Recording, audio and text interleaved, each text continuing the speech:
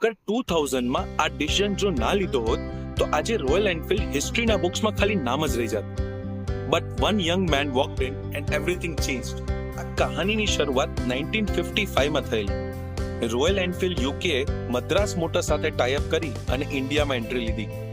ફેક્ટરીઝને ચેન્નઈમાં ડેવલપ કરી. Bikes British army માટે ડિઝાઇન કરેલી હતી, પણ ઇન્ડિયામાં મોસ્ટલી પોલીસ અને આર્મી યુઝ કરતા. 1980 માં આઈસર ગ્રુપ વિક્રમલાલની કંપનીએ રોયલ એનફિલ્ડને એક્વાયર કરેલી. આઈસર ગ્રુપના રૂટ્સ ગુજરાતથી હતા અને વિક્રમલાલના પિતા એટલે કે મદનલાલ લાલ એ 1948 માં દિલ્હીમાં આઈસર ટ્રકની શરૂઆત કરી હતી. આ ફેમિલી મેન્યુફેક્ચરિંગમાં તો ખૂબ જ એક્સપર્ટ હતી, પણ બાઇક્સ માટે એમનું ટોટલી નવું સેગમેન્ટ. 1990s માં ભારતના બાઇકના માર્કેટમાં હીરો હોન્ડા, બજાજ જેવા પ્લેયર્સ ડોમિનેટ કરતા હતા.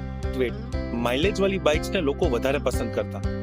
રોયલ એનફિલ્ડ જ્યારે બીજી સાઈડ ઉપર હેવી, આઉટડેટેડ અને ફ્યુલ હંગ્રી કહેવાતું. 1999 સુધીમાં રોયલ એનફિલ્ડના સેલ્સ માત્ર 2000 થી લઈને 6000 યુનિટ્સ પર મંથ સુધી રહી ગયા હતા. ડીલર્સ પાસે સ્ટોક્સ તો હતો, પણ કોઈ કસ્ટમર્સ લેવા માટે નહોતા.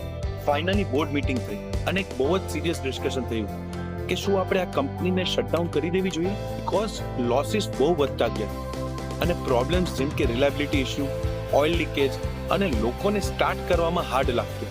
લોકો એમ સમજવા લાગ્યા કે બુલેટ્સ ખાલી પોલીસ અને ઓલ્ડ અંકલ્સ માટેની જ બાઇક છે. અને આ ટાઈમ પર સિદ્ધાર્થ લાલ એટલે કે વિક્રમલાલના સન, જેમનો બોર્ન 1973 દિલ્હીમાં થયો હતો, educated in UK and mechanical engineer, 26 વર્ષની એજમાં આઈસર મોટર્સમાં લીડ પોઝિશનમાં આવ્યા. બોર્ડને બોલાવીને એમને પોતાનો ક્લિયર વિઝન કીધો. If we can't save royal Enfield then we don't deserve to be in the business. 2000 માં એમને એક બહુ મોટો ડિસિઝન લીધો. આઈસરના 14 બિઝનેસીસમાંથી 13 બિઝનેસીસને બંધ કર્યા અને એક જ બિઝનેસ રાખ્યો, and that was Royal Enfield. સિદ્ધાર્થે પ્રોડક્ટની ક્વોલિટી પર ફોકસ કર્યું. ન્યૂ એન્જિન્સ, રેટ્રો લુક આપી, રિલાયબિલિટી ઇમ્પ્રૂવ કરી. 2009 માં ક્લાસિક 350 અને 500 ને લોન્ચ કર્યું.